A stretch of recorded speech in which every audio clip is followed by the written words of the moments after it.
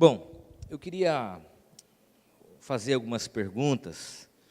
Não quero de forma nenhuma invadir a sua vida, mas eu quero fazer você pensar nessa noite, refletir sobre algumas coisas muito importantes em relação a esse tema. Durante esse mês, nós nos perguntamos a respeito do que move o nosso coração, o que move a nossa vida, quais são os motivos que fazem e que nos direcionam a agir.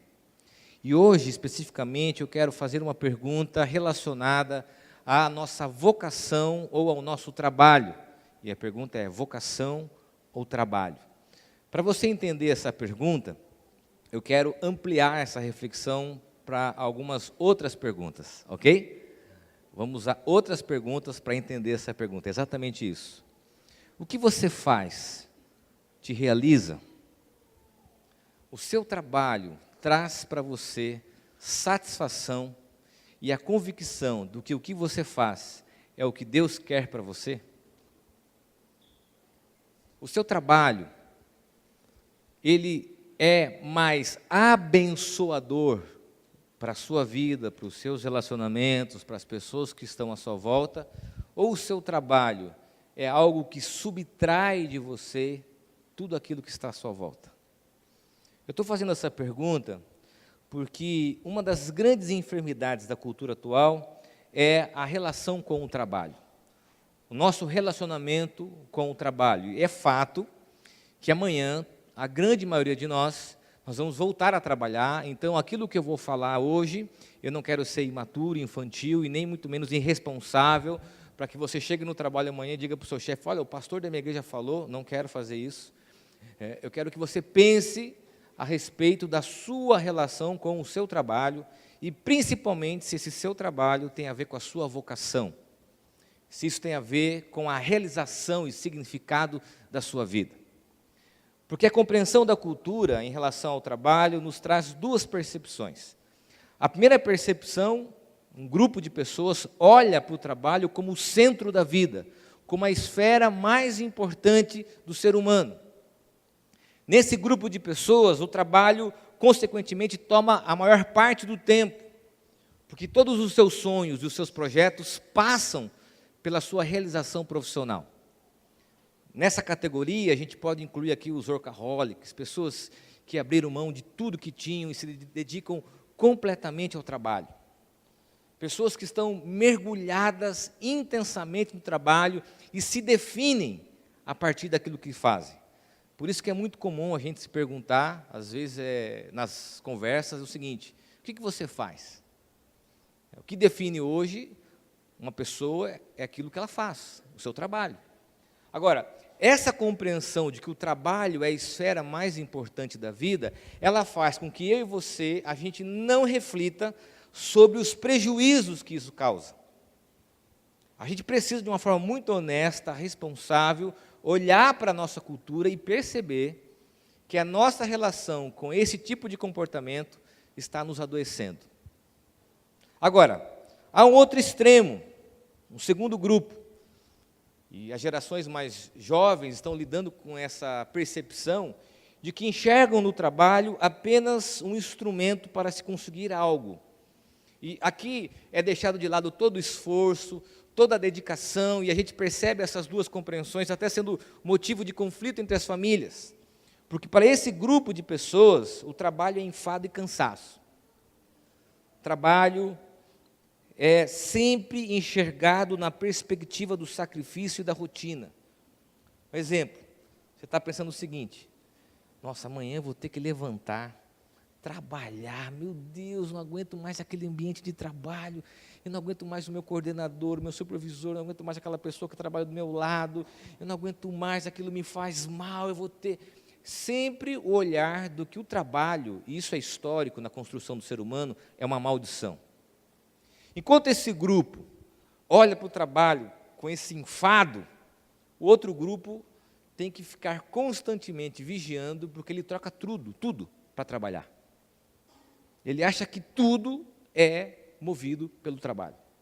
Então você percebe que há uma tensão. A gente percebe que há uma dicotomia, uma ruptura entre o prazer e o esforço e entre a realização e o trabalho. O próprio Freud vai dizer que isso é fonte constante de frustração.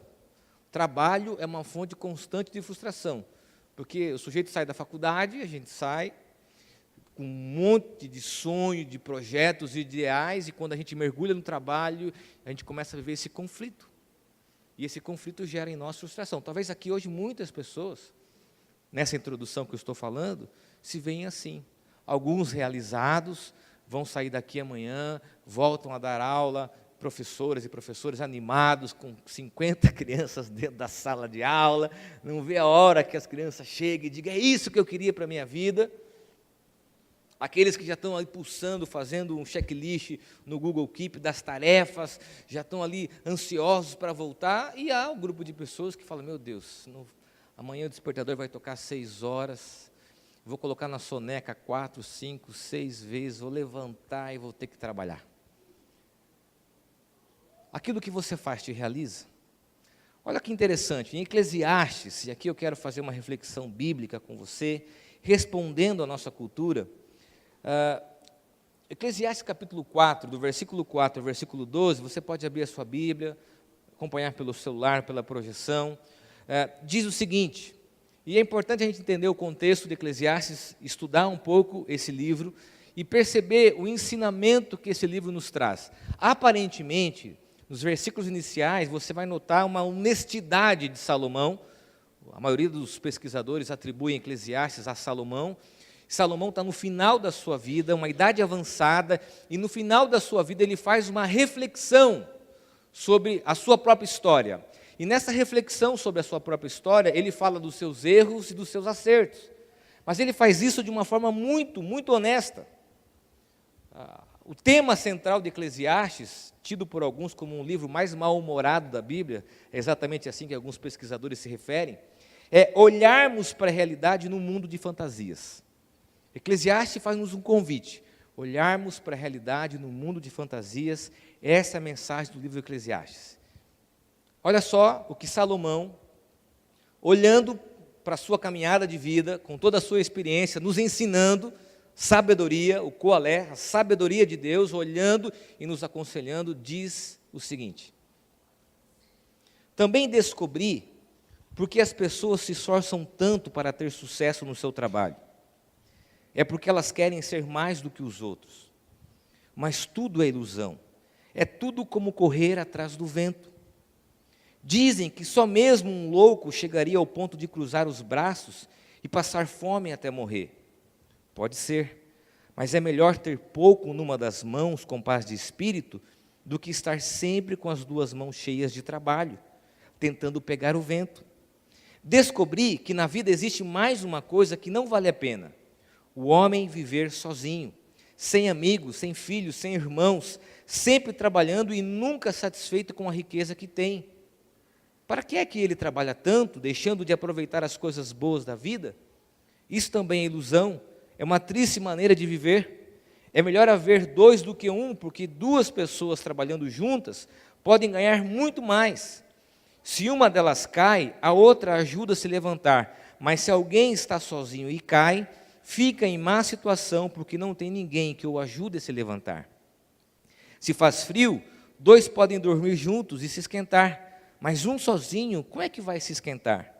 2 homens podem resistir a um ataque que derrotaria um deles se estivesse sozinho. Uma corda de 3 cordões é difícil de arrebentar.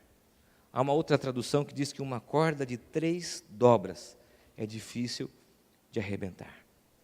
Quando a gente olha para o livro de Eclesiastes, a gente percebe que Salomão tem uma preocupação ao fazer essa reflexão, olhar para a vida. É dizer que o ser humano separado de Deus nunca vai se sentir pleno e realizado. Por isso que ele usa algumas expressões repetidamente. Por exemplo, ele fala que isso é a vaidade, ele fala que isso é correr atrás do vento. Ele usa constantemente em todo o livro essas expressões para sinalizar que o comportamento humano, a vida humana, muitas vezes nos leva a algumas coisas que no fim da nossa existência vão ser a dura constatação que eram vaidade e correr atrás do vento. A afirmação central desse livro é que o homem separado de Deus, sem um propósito, sem a relação com Ele, sempre vai correr atrás do vento. E aí ele propõe o que os teólogos chamam de ser vocação. O que seria essa vocação? O homem conectado a Deus, e quando ele faz isso conectado a Deus, ele se sente pleno e realizado. Então a gente percebe em todo o livro de Eclesiastes essa tensão. O homem separado de Deus, correr atrás do vento, vaidade, o homem que se aproxima de Deus, o homem que faz isso como se fizesse para Deus, conectado a sua existência a Ele, tem como retorno a satisfação, o significado, a realização, porque Deus o chamou a isso. E por isso eu quero sugerir aqui a palavra vocação, ao invés tão somente da palavra trabalho. E muita gente entende vocação somente no prisma da missão, né?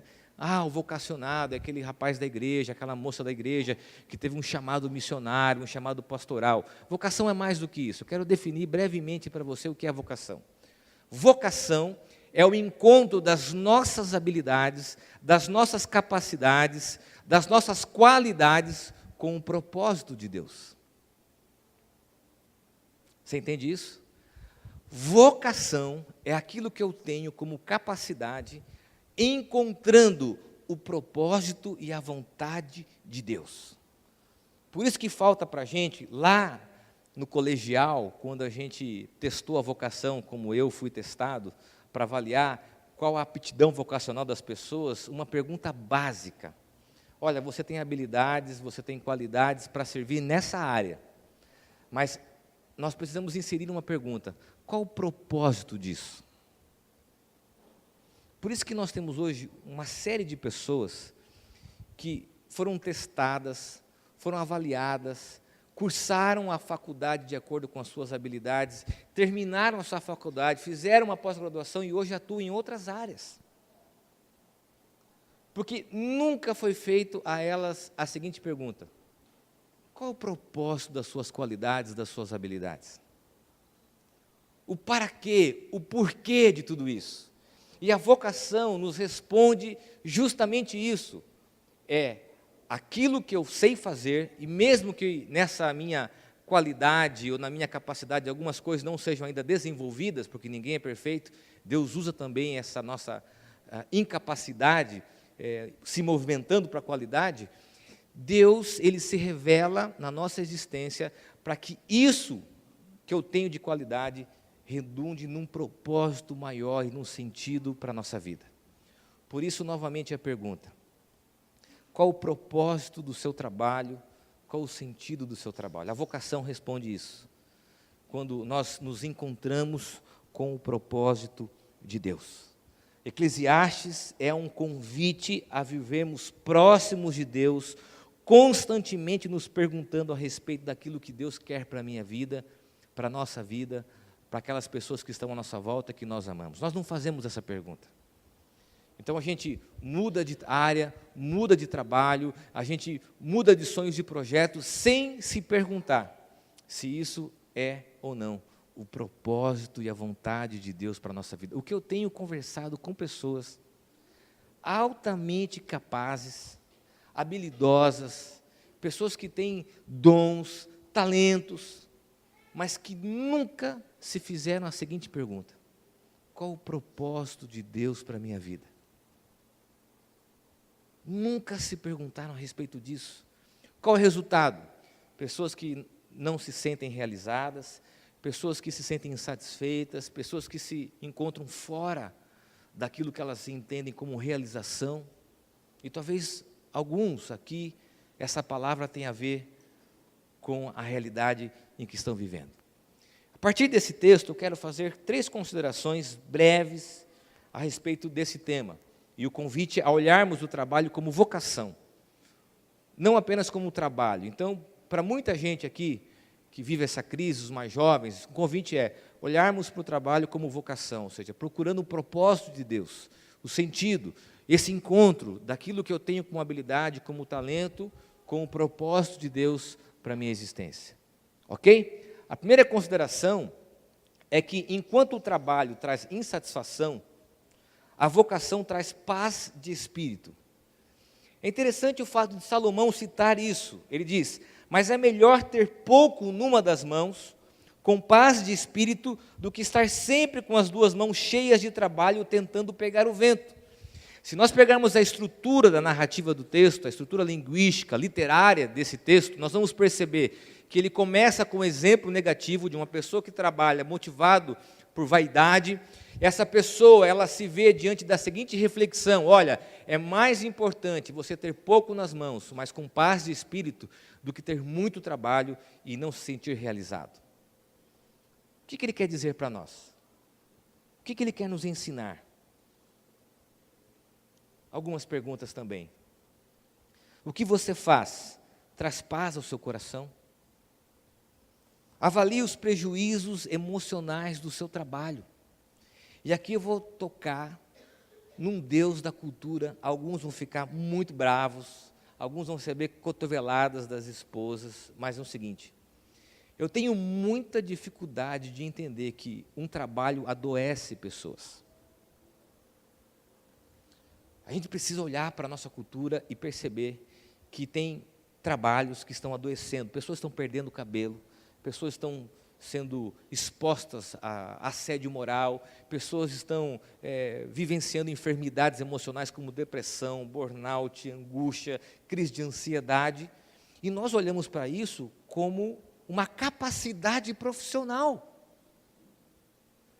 Algum tempo atrás, uma pessoa da nossa comunidade falou: pastor, eu passei num processo seletivo, eu passei por várias etapas, e quando eu cheguei num ambiente de trabalho, que eu ia trabalhar feliz por ter passado por todas as etapas, a pessoa que me contratou disse assim: ó, está vendo aquele ali?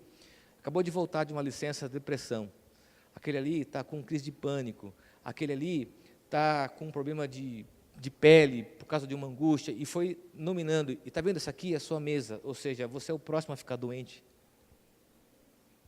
É essa cultura que nós estamos vivendo. A palavra paz de espírito, que Eclesiastes usa, vai apontar para a saúde emocional. Nós precisamos avaliar se o nosso trabalho nos causa prejuízo emocional. Eu não estou sendo aqui irresponsável, eu não quero que você chegue amanhã com um atestado no seu trabalho, justificando, pegando aqui, ó, chefe, escuta a pregação do meu pastor, não é isso. Mas eu preciso, com muita responsabilidade, a partir desse texto, dizer para essa cultura que está endeusando o trabalho, achando que as pessoas são construídas a partir do trabalho. Alguns aqui estão até assim, porque a confissão positiva, a autoajuda diz: realize, prospere, avance, e eu estou dizendo assim, há um risco nisso. A Bíblia está dizendo sobre isso. É Salomão, se chegasse nesses encontros e diria o seguinte: ó, espera aí, esse negócio de você ser vitorioso é correr atrás do vento.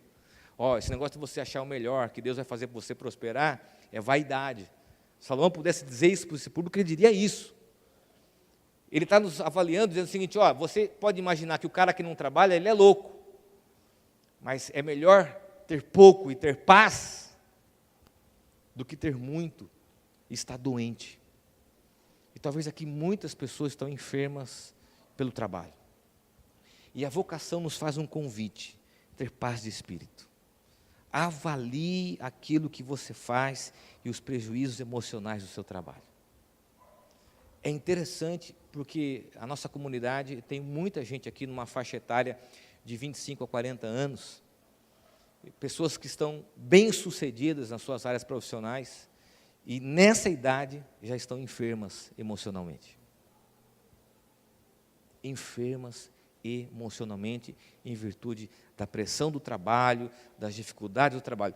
Olha bem, eu não estou dizendo para você que num ambiente de trabalho não tem pressão. Tem pressão. Eu não estou dizendo para você que no ambiente de trabalho não tem sacrifício. Tem sacrifício. Eu não estou dizendo para você que é exigido esforço, é exigido de você inteligência emocional para lidar com conflitos. Eu não estou dizendo isso. É preciso. Mas alguém tem que dizer, e Salomão está dizendo isso, que isso não pode nos adoecer. Porque se está nos adoecendo, isso não é vocação. Eu tenho dificuldade de compreender que Deus nos chamou para algo para nos trazer enfermidade. Avalie isso. Segunda consideração: a vocação, a vida próxima a Deus, a vida voltada para Deus, ela inclui o outro. Ou seja, não é uma realização egoísta. Constantemente no texto, versículo 7, 8, versículo 9, também no versículo 10, Salomão vai fazer referência a respeito da importância do outro. Ele diz: descobri que na vida existe mais uma coisa que não vale a pena, o homem viver sozinho, sem amigos, sem filhos, sem irmãos, sempre trabalhando e nunca satisfeito com a riqueza que tem. É melhor haver dois do que um, porque duas pessoas trabalhando juntas podem ganhar muito mais. Ele ainda refere-se ao trabalho. Salomão não está descaracterizando a importância do trabalho, dizendo: vamos todo mundo viver numa comunidade alternativa e ninguém mais vai trabalhar. Ele não está dizendo isso. Ele está dizendo que o trabalho, ele precisa incluir o outro. Não é apenas uma realização egoísta, individual, mas é incluir o outro naquilo que nós fazemos. E aqui nós precisamos fazer a seguinte pergunta: o seu trabalho subtrai os seus relacionamentos? O seu trabalho subtrai principalmente a sua família? Comece a avaliar. Comece a avaliar os prejuízos de relacionamento que Salomão está apontando. Hoje, a gente vive a seguinte realidade: nossos amigos são virtuais. A internet faz tanto sucesso, as redes sociais, por quê? Porque nós temos na internet a possibilidade de termos vários amigos, sem precisar receber o cara em casa, sujar a louça, ter que lavar a louça, arrumar a casa, dormir tarde e amanhã vai ter que acordar às 6 horas da manhã. A gente prefere virtual. Por isso que a gente prefere encontros num outro lugar do que em casa. Puxa, eu vou ter que chegar mais cedo, arrumar a casa, estou cansado, me preparar para receber, não estou afim. E a gente não está percebendo que esse modo de vida, essa rotina que nós estamos vivendo, está subtraindo as pessoas. Subtraindo as pessoas que nós amamos e as amizades. Há um prejuízo nessa cultura, amigos. Há um prejuízo nessa cultura, nós não temos mais tempo com as pessoas que nós amamos.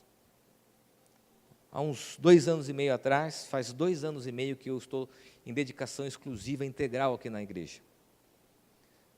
Eu trabalhava junto com minha esposa num estúdio de comunicação, tinha uma sociedade, e enquanto eu estava trabalhando aqui, estava respondendo coisas de lá, e quando estava trabalhando lá, estava respondendo coisas daqui, e graças a Deus,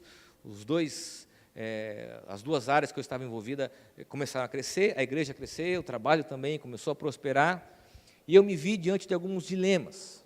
Eu estava de férias da igreja, no mês de janeiro, como agora, e estava trabalhando. Nós conseguimos uns dias de descanso para viajar.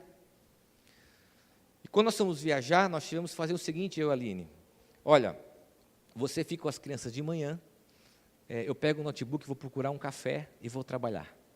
Aí, à tarde, eu fico com as crianças, você pega o notebook e você vai trabalhar.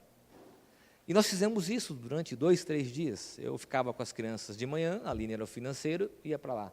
Ela voltava, a gente se encontrava no almoço, eu pegava o notebook e ia para o café, o lugar que nós estávamos, para trabalhar. O nosso filho mais velho virou e falou assim: até quando vai isso? Até quando vai isso? Até quando vocês vão viver assim? E nós voltamos, entramos no carro e falamos o seguinte: nós precisamos fazer uma escolha, porque há prejuízos dos nossos relacionamentos. E por fé, num ato de fé, a gente decidiu, por vocação, que era o momento de nós nos dedicarmos exclusivamente, integralmente ao ministério. Sabe o que acontece? A gente não avalia isso. E aqui eu quero fazer uma citação construída pela nossa equipe, não é só minha, que diz o seguinte: o trabalho não deve ser o fim principal da nossa existência. Ele deve ser deve servir a esfera mais importante, a família. O trabalho existe para a família, não a família existe para o trabalho. Se você olhar para a construção social do trabalho, o trabalho começa para que você traga sustento e provento para casa, mas em algum momento o trabalho entrou como status sociais. Eu já disse isso aqui por várias vezes, vou dizer rapidamente, só para que você tenha uma noção histórica. A primeira geração de trabalhadores, ela trabalha para comer. As pessoas trabalhavam por causa de comida. A segunda geração de trabalhadores trabalhava por bens duráveis. Os nossos pais, eu faço parte dessa geração de filhos, desses da geração de bens duráveis, eles trabalhavam para ter uma casa, um apartamento, e talvez nós ainda usufruímos disso. trabalharam muito para nos oferecer bens duráveis. A terceira geração de trabalho, que diz respeito à cultura atual, não trabalha mais para comer, não trabalha mais para ter bens duráveis. Sabe por que elas trabalham? Para ter sucesso profissional, para se realizarem individualmente. E isso subtrai delas o quê? A família, porque nas primeiras 2 gerações, a preocupação era a casa. Agora a preocupação é a carreira, é o reconhecimento público. Tanto que o modelo familiar que mais cresce é um modelo single. Pessoas que escolheram apenas se dedicar à vida profissional, sem avaliar os prejuízos das suas relações. E é agora, segundo os estudiosos, a 4ª geração surgindo, que fica para uma outra mensagem, que é a geração que quer trabalhar por prazer. E aqui fica um tema aí para as próximas mensagens. É importante a gente refletir de que o trabalho serve à família e não a família serve ao trabalho. Terceira e última consideração, partindo do texto. A vocação inclui o próprio Deus. Olha que interessante.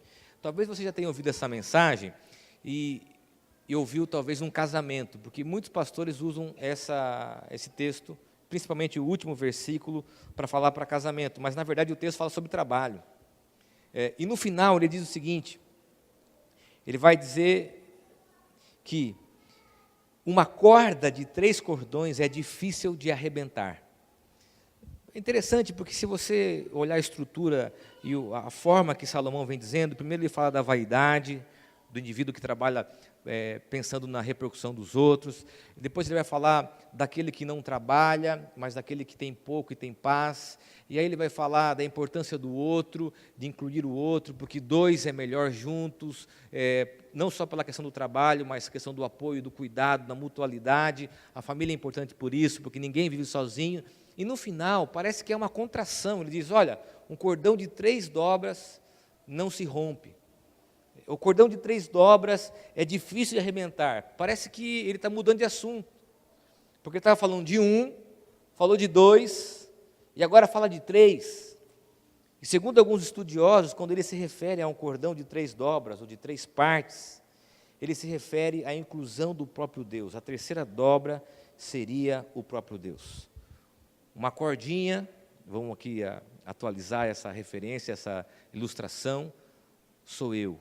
Um outro fio dessa corda é o outro, os relacionamentos, a vida afetiva, a família, a esposa, o marido. E a terceira dobra, que traz sustentação, é o próprio Deus. A importância da presença de Deus nos nossos relacionamentos. E aqui nós temos a seguinte reflexão. Naquilo que você faz e trabalha, Deus está presente. O seu trabalho é um instrumento de Deus na vida das pessoas, porque a vocação pressupõe que Deus é o sustento e o centro da nossa existência, assim como Salomão propõe em todo o livro de Eclesiastes. A gente precisa se perguntar.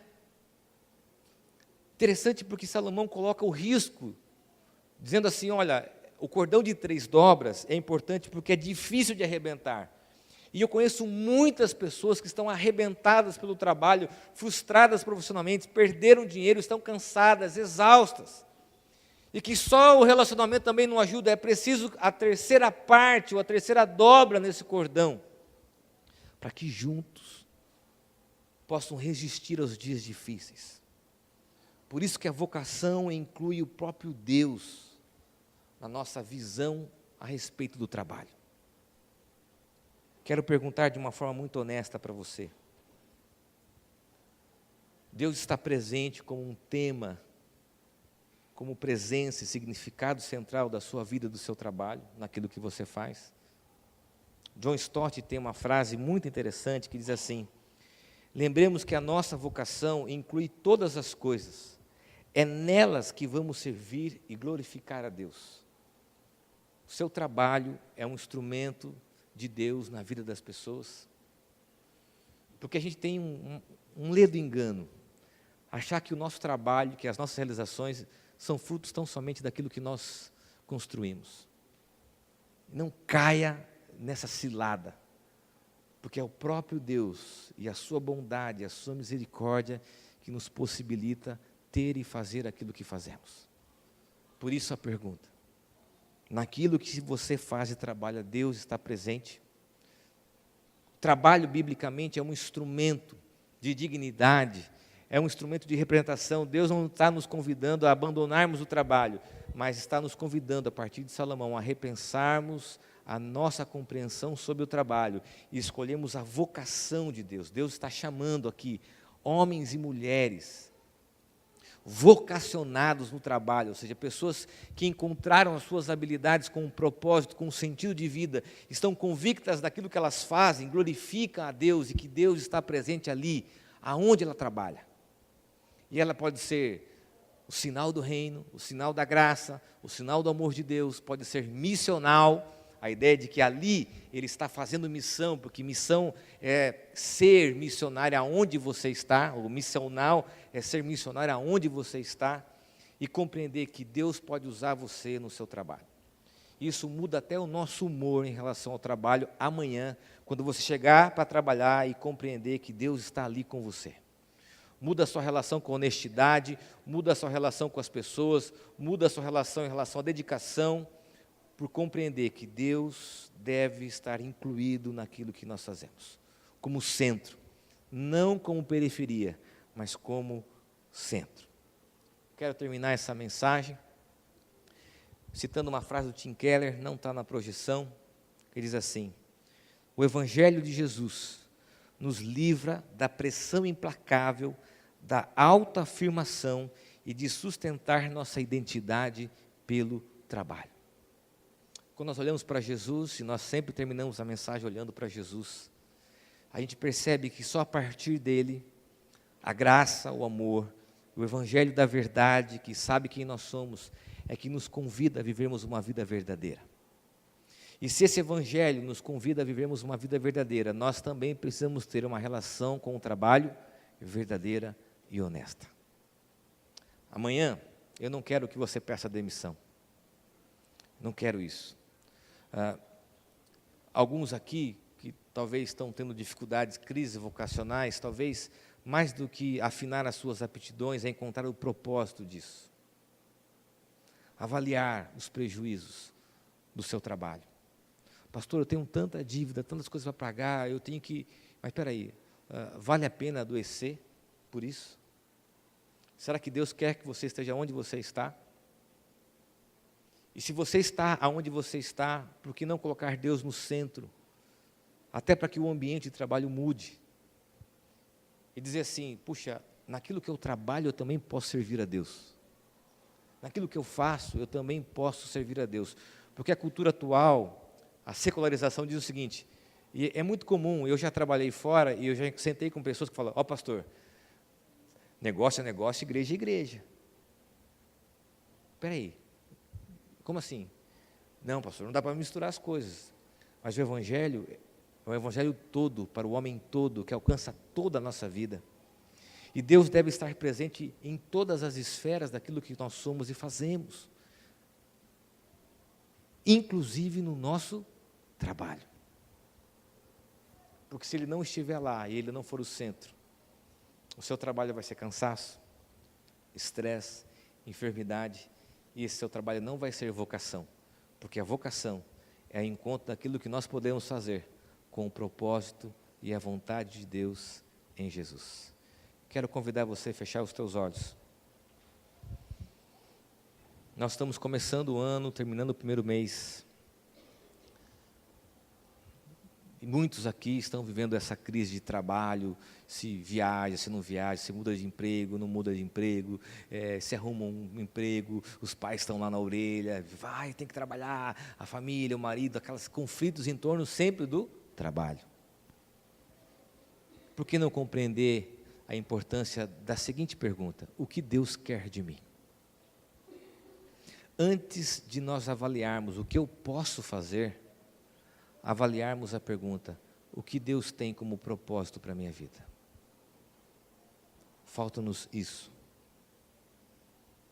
Ao invés de dizer assim, olha, eu tenho uma série de habilidades, uma série de aptidões para isso, para aquilo, você deveria dizer: Senhor, aonde o Senhor quer que eu esteja?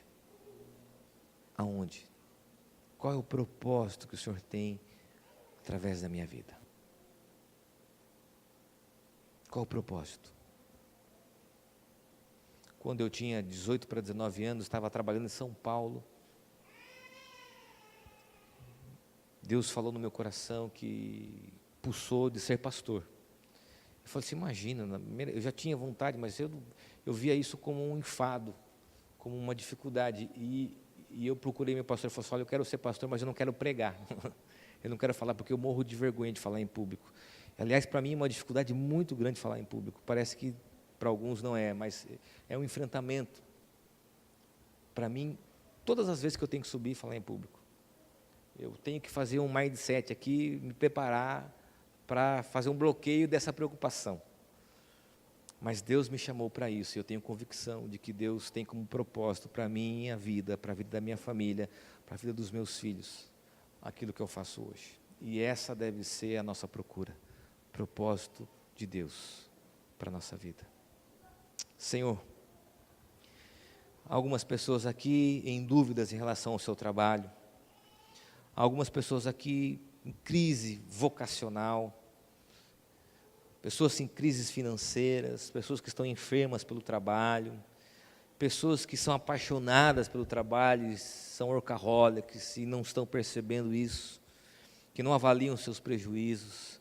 Há casais que estão brigando por isso, há famílias que estão brigando por isso e precisam entender a vocação e o chamado de Deus para a nossa vida, para a vida das pessoas, principalmente daquele que está confuso, perdido, desorientado e precisa ouvir o Senhor nessa noite, ó Deus. Ó Pai, que essa palavra venha ao encontro do nosso coração, não para trazer confusão, mas para trazer paz, propósito, sentido, realização e reflexão pela Tua palavra. Ó Deus, nos mostra o que é de fato a vocação nesse ano de 2019. Nos coloca no local que o Senhor quer que estejamos. Mostra-nos, ó Deus, qual é o Teu propósito para a nossa vida. Mostra-nos qual é a Tua vontade para a nossa vida. Mostra-nos e dá-nos, ó Deus, através da Tua palavra, da oração e da paz, se nós devemos ou não mudar, se nós devemos ou não mudar de trabalho. Mostra-nos, ó Deus, isso. Que o Senhor nos acompanhe, que o Senhor seja o centro da nossa vida, que o Senhor seja, ó Deus, a terceira parte, a terceira dobra dessa corda, em Cristo Jesus. É a oração que nós fazemos no nome do Teu Filho amado. Amém.